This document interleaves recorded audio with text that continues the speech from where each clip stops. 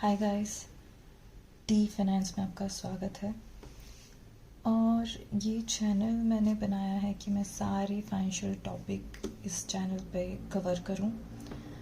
और आज का जो टॉपिक है वो है NISM 21A exam, PMS exam, जो कि हर बैंकर, हर IFA, हर इंडिविजुअल डिस्ट्रीब्यूटर को ये एग्ज़ाम क्लियर करनी है और आगे ना पीछे क्लियर करनी ही पड़ेगी हर बैंकर को। और ये एग्ज़ाम, जहाँ तक मैंने फीडबैक सुना भी है और जिन लोगों से मैं बात करती हूँ, क्योंकि मेरा जो काम है वो इसी सेक्टर में है और लास्ट मंथ ही मैंने एग्ज़ाम क्लियर की है, तो मैं इस एग्ज़ाम को समझाने के लायक हूँ, इसीलिए मैं आप लोगों के सामने हूँ। और इसकी क्या आपको प्रैक्टिस करनी है, आप कैसे पास हो सकते हो, इसी के लिए ये वीडियो मैंने बनाया है।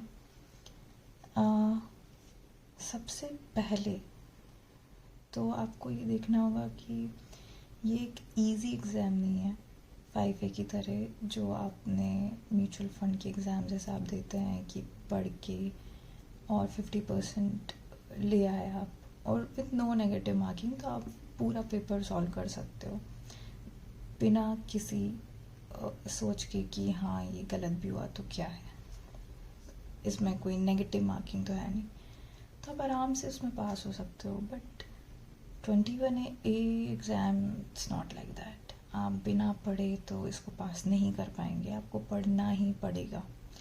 बिना पढ़े या फिर नॉर्मली ऊपर से पढ़ के अगर आप गए तो मुझे नहीं लगता कि आप इस एग्ज़ाम को पास कर सकते हैं। तो मैं यहाँ पर कुछ ट्रिक्स और कुछ इम्पॉर्टेंट पॉइंट्स आपको बताने वाली हूँ, जिससे फॉर श्योर आप इस एग्ज़ाम को क्लियर कर पाएंगे। और उसके बाद अगर आप पास होते हैं इस वीडियो को देखकर या फिर इससे आप कुछ हेल्प आपको मिल सकती है, तो मेरे लिए बहुत खुशी की बात होगी। तो लेट्स स्टार्ट। और ये पॉइंट्स आप ज़रूर ध्यान में रखें जो भी मैं इस वीडियो में बताने वाली हूँ, क्योंकि ये पॉइंट्स या ये ट्रिक्स आपको पास करने में या पास करवाने में बहुत हेल्पफुल साबित होंगी। तो स्टार्ट करते हैं।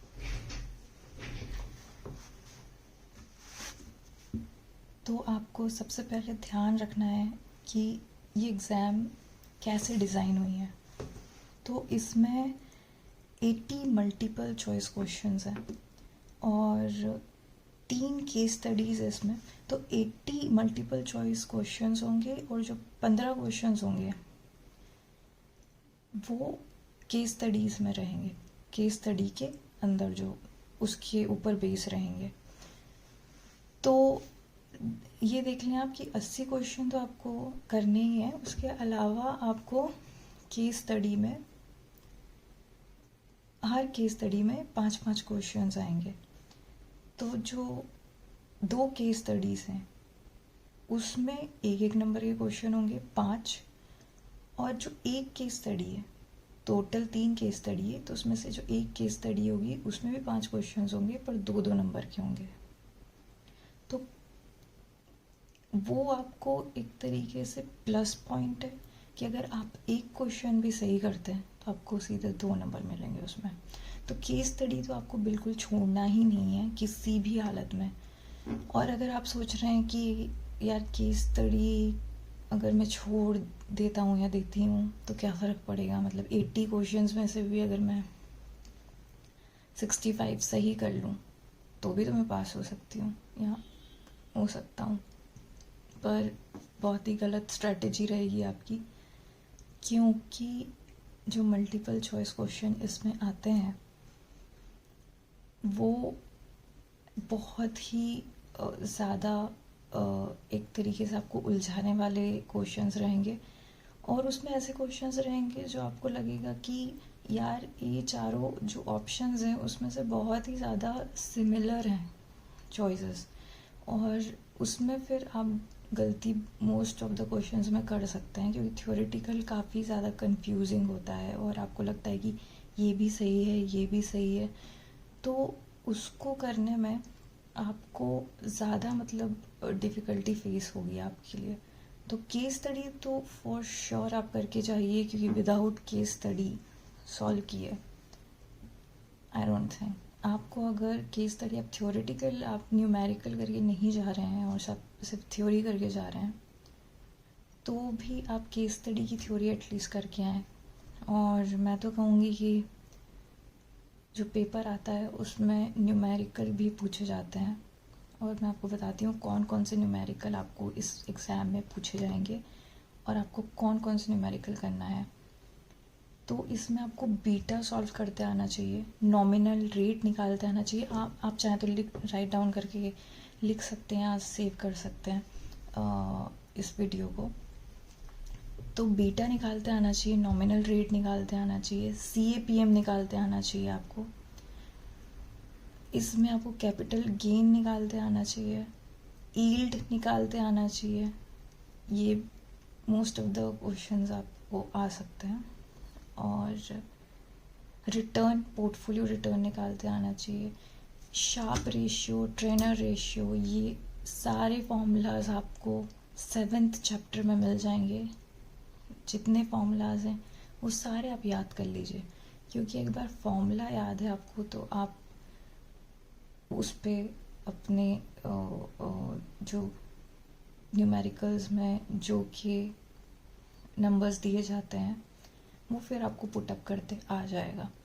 और नॉमिनल रेट, यील्ड, ये बेसिक जितनी चीज़ें हैं वो तो आप फॉर श्योर करके जाइए इस एग्ज़ाम में।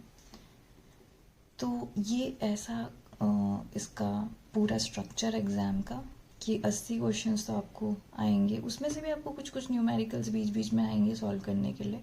ऐसा नहीं है कि कोई न्यूमेरिकल आएगा ही नहीं सॉल्व करने के लिए, केस स्टडी में भी आएगा और ऐसे मल्टीपल चॉइस में भी आएगा आपको।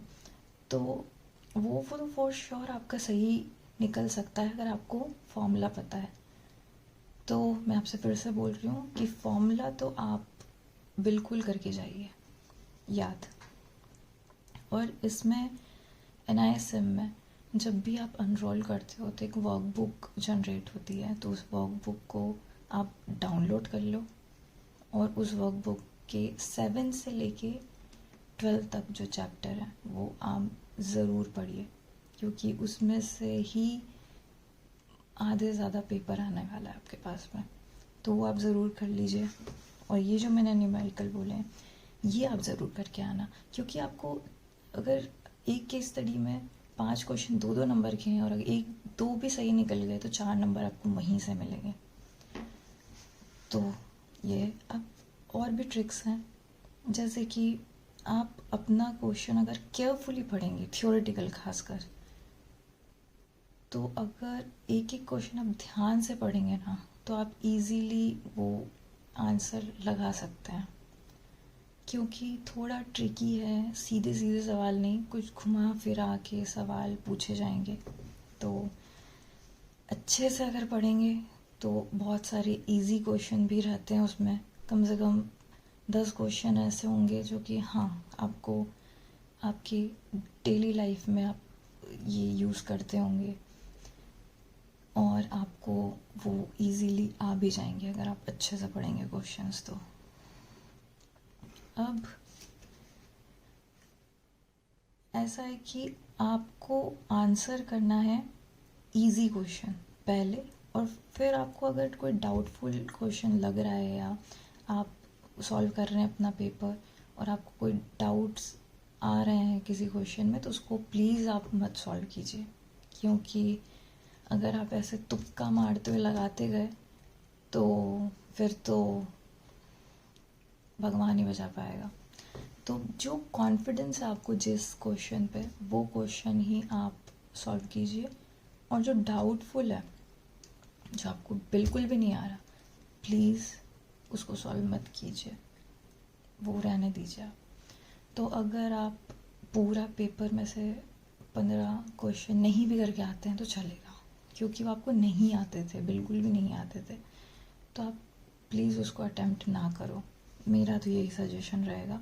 और अगर आपको आता है क्वेश्चन और आपको डाउट हो रहा है कि ये है सही कौन सा हो सकता है, आपको डाउट हो रहा है, तो आप ऐसा करो कि प्रोसेस ऑफ एलिमिनेशन आप कर सकते हो कि जो 4 अगर ऑप्शंस हैं उसमें से आप एलिमिनेट कर दो कि ये 2 तो हो ही नहीं सकते, 4 में से ये 2 तो हो ही नहीं सकते हैं, और 2 में अगर कन्फ्यूजन है तो आपको उसमें नियरेस्ट वाला देखना है कि इसमें से नियरेस्ट वाला कौन सा सही लग रहा है, वही आप लगाइए और ये ट्रिक काम आएगी आपके।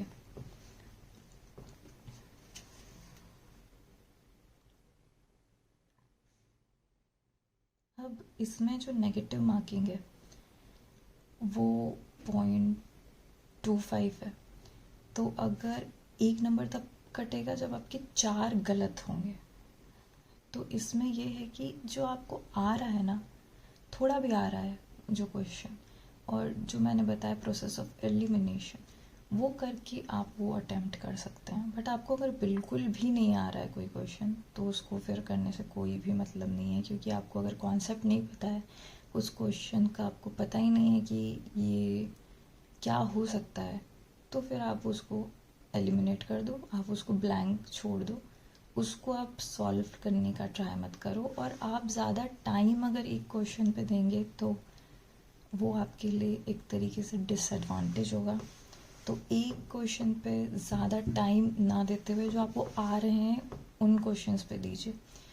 और जब आप केस स्टडी सॉल्व भी करेंगे तो उसमें भी आपको टाइम की ज़रूरत होगी, क्योंकि केस स्टडी में से ऐसा है कि 2 न्यूमेरिकल आती है और 1 थ्योरेटिकल आती है। तो वो जो 2 न्यूमेरिकल वाली है उसमें आप टाइम दीजिए, उसको सॉल्व करके ख़त्म कीजिए, जिससे आपको आपके मार्क्स मिल सकें और आपको एक गेन हो सके एग्ज़ाम में। पूरा पेपर होने के बाद एक बार डबल चेक कर लो। और डबल चेक में ऐसा नहीं कि आप फिर अपने आंसर्स बदल रहे हैं हर एक क्वेश्चन के। बहुत सारे लोग मैंने ऐसे देखे हैं ना कि एग्ज़ाम होने के बाद उसको डबल चेक करते हैं और जो सही आंसर है उसको भी गलत कर देते हैं, फिर डबल चेक कर करके ये नहीं ये हो सकता है। तो ऐसा नहीं करना है आपको। बहुत अगर लग रहा है कि ये मैंने लगाया ये हो नहीं सकता, या आपने डबल जब चेक करने में आपने अच्छे से पढ़ा और आपको शॉर्ट है कि ये तो गलत ही लगा दिया, तभी चेंज कीजिए। ऐसे आपको डबल चेक करने के बाद में हर आंसर बदलने की ज़रूरत नहीं है। और अगर आपने एग्ज़ाम शुरू की और आपका पहला ही क्वेश्चन आपको नहीं आता है तो एक तरीके से आपके अंदर कॉन्फिडेंस बिल्कुल लो हो जाता है कि यार मुझे पहला ही क्वेश्चन नहीं आ रहा है तो क्या एग्ज़ाम में अब मुझे आएगा। तो ऐसा सोचने की बिल्कुल ज़रूरत नहीं है, आप स्किप कीजिए उसे। आप जो जो आ रहा है वो लगाइए, वो आप अटेम्प्ट कीजिए। और सबसे पहले काम डाउन, रिवर्स आप एक काउंट कर सकते हो अंदर ही अंदर, 10, 9, 8, 7 ऐसे करके पहले कूल डाउन हो जाओ और फिर स्टार्ट करो। तो ये मेरा सजेशन होगा आप लोगों के लिए। अब उसके बाद में आप ये कर सकते हैं कि ये सारी चीज़ों के बाद में अगर आपको अभी भी है कि क्या क्वेश्चंस आएंगे और कैसे आपको प्रैक्टिस करनी है, तो 3-4 चीज़ें जो मैंने की थी वो आप कर सकते हैं। आप सबसे पहले यूट्यूब पे काफ़ी ज़्यादा वीडियोस अवेलेबल हैं।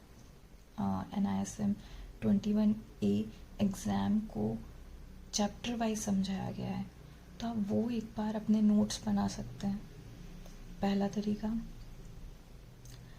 दूसरा तरीका, आप मॉक टेस्ट दे सकते हैं। NISM का खुद की साइट पे भी एक मॉक टेस्ट अवेलेबल है 50 क्वेश्चन का आई गेस, या 50 से थोड़े आगे हैं। तो वो क्वेश्चंस तो आप अटेम्प्ट कर ही लो सारे, क्योंकि उसमें से 2-3 फंस जाएंगे।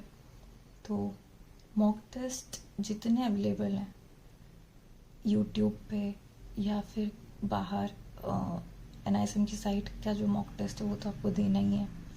उसके अलावा जो मॉक टेस्ट आपको मिलते हैं डेमो के लिए वो भी आप दे दीजिए, क्योंकि उसमें काफ़ी ज़्यादा आपको बेनिफिट करेंगे कि किस टाइप के क्वेश्चंस आते हैं एग्ज़ाम में, तो वो करके जाइए।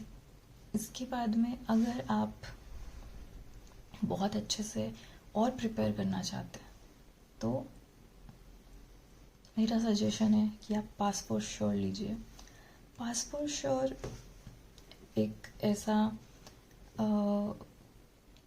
एक मॉक टेस्ट प्रोवाइड करते हैं वो लोग, जिसमें 250 क्वेश्चंस हैं और 250 क्वेश्चंस के अलावा 13 केस स्टडीज़ है। अब पासपोर्ट श्योर लॉगिन करने के बाद में आप ये पैकेज ले सकते हो, और मैं स्पॉन्सर्ड नहीं है ये वीडियो बिल्कुल भी पासपोर्ट श्योर से। मैंने खुद ये मॉक टेस्ट परचेज़ किया हुआ था, मुझे कोई फ्री में नहीं मिला था ये।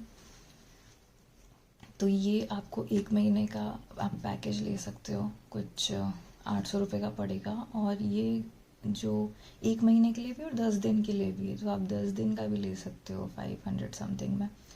तो ये जो पैकेज है इसमें आपको 5 मॉक टेस्ट रहेंगे, 50-50 इसमें क्वेश्चंस रहेंगे, 250 क्वेश्चंस, और इसमें से फंसेंगे आपको, मतलब ये एग्ज़ाम पास करवा देगा वो मॉक टेस्ट आपको। तो अगर बार बार आपको एग्ज़ाम की फ़ीस भरना पड़ती है और अगर आप फेल हो जाते हैं, आपको दुख होता है, तो एक ही बार में आप क्लियर कर सकते हो इसको लेके। तो इस 250 क्वेश्चन में से आपको ये पेपर में से आपको आधा पेपर तो इसी में से आएगा, आधे से ज़्यादा पेपर तो पासपोर्ट श्योर में से आएगा। और केस स्टडी जो 13 केस स्टडीज़ इन्होंने दे रखी है, तो वो जो केस स्टडीज़ हैं अगर आपने पूरी कर ली, पूरी अगर आप करके गए, तो उसमें से आपको 2 केस स्टडी फंस जाएगी उसी में से। और थ्योरेटिकल वो कहीं से भी पूछते हैं ना SM वाले, तो वो में भी आपको आ सकता है कि आप कॉन्सेप्ट पढ़ेंगे तो उससे आप कर लेंगे इजीली थ्योरेटिकल पार्ट। पर जो 2 केस स्टडीज़ आएंगी 3 में से जो 2 हैं, 2 नंबर के जो मैं आपको बता रही थी, वो तो इसी में से आती है, इसी में से ही आएगी फॉर श्योर 100%। तो केस स्टडी तो ये आपकी हो गई, आधे ज़्यादा पेपर आपको जो मल्टीपल चॉइस के क्वेश्चन हैं वो भी इसी में से आते हैं। तो ये आप कर लीजिए और आप आई थिंक 100% पास हो ही जाएंगे। और वो खुद भी गारंटी लेते हैं वैसे तो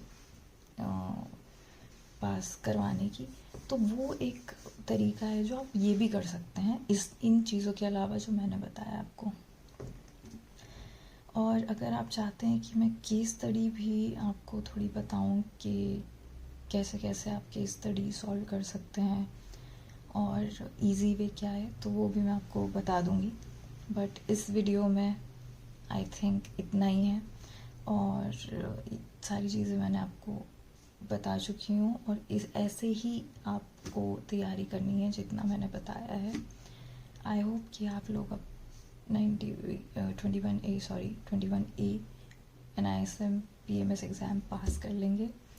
and thank you for watching this video, and see you in the next video with a new topic of finance.